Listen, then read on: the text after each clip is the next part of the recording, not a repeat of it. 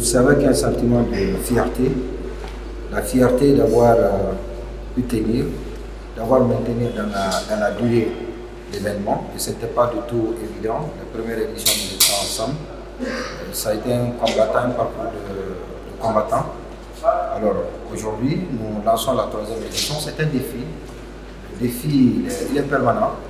Et nous lançons dans l'eau. Mais avec vous, avec votre accompagnement, vous les médias, l'accompagnement des partenaires financiers qui nous font confiance et toute l'équipe qui nous accompagne. Je crois que oui, 2040, le Simalou 2040, ça doit être une fierté guinéenne. Et ça, c'est le lieu pour nous de remercier les autorités. C'est important, qui, il faut le reconnaître, ont fourni des efforts pour que ce projet soit une réalité. C'est un rêve. Nous avons tous caressé le rêve que Simalou soit réalisé enfin. Et donc on est pratiquement au bord de la réalisation de ce rêve. C'est pour nous l'occasion, au-delà de l'enthousiasme, au-delà de l'euphorie que cela peut susciter, de nous projeter un peu sur l'avenir.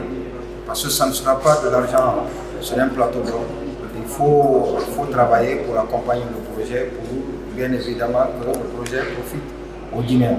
Et donc c'est dans ce cadre-là que nous lançons cette exposition pour inviter les personnes d'expérience et qui vont venir partager leur expérience autour des grands enjeux. Quels sont les enjeux pour l'économie guinéenne? C'est d'ailleurs ça le thème central. Et donc c'est une affaire de tout le monde, Simalou. Et en tant que magazine économique, on ne pouvait pas se louper, pas du tout. On ne pouvait pas faire autrement, c'est factuel. Et donc nous aussi, on a dit qu'il faut travailler sur le sujet et voir ce que le Simalou, les perspectives de la réalisation.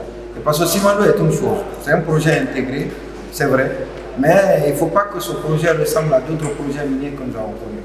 Et nous savons et nous nous plaignons tous les jours, et ça c'est évident, que ces projets n'ont pas changé significativement le quotidien des Guinéens. Alors nous voudrions que Simalou, à l'issue de la réalisation de ce projet-là, que ce projet, au terme de ce projet, à l'aune de la production de Simalou, que les Guinéens le sentent et que cela ait un impact sur la vie des Guinéens. Et donc c'est notre objectif.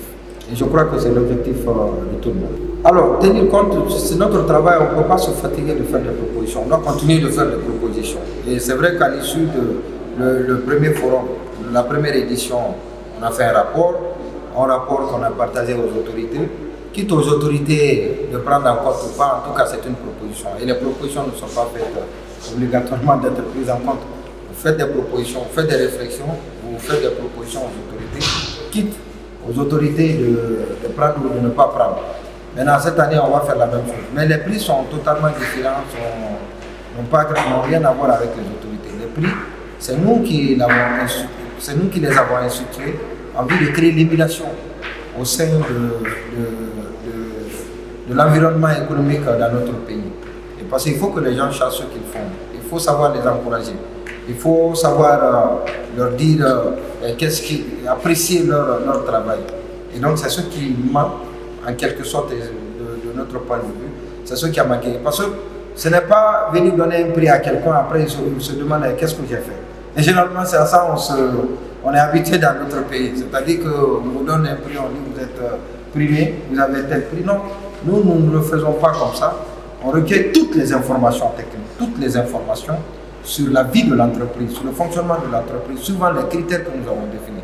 Les critères, tout se résume à l'impact de l'entreprise au sein de son environnement.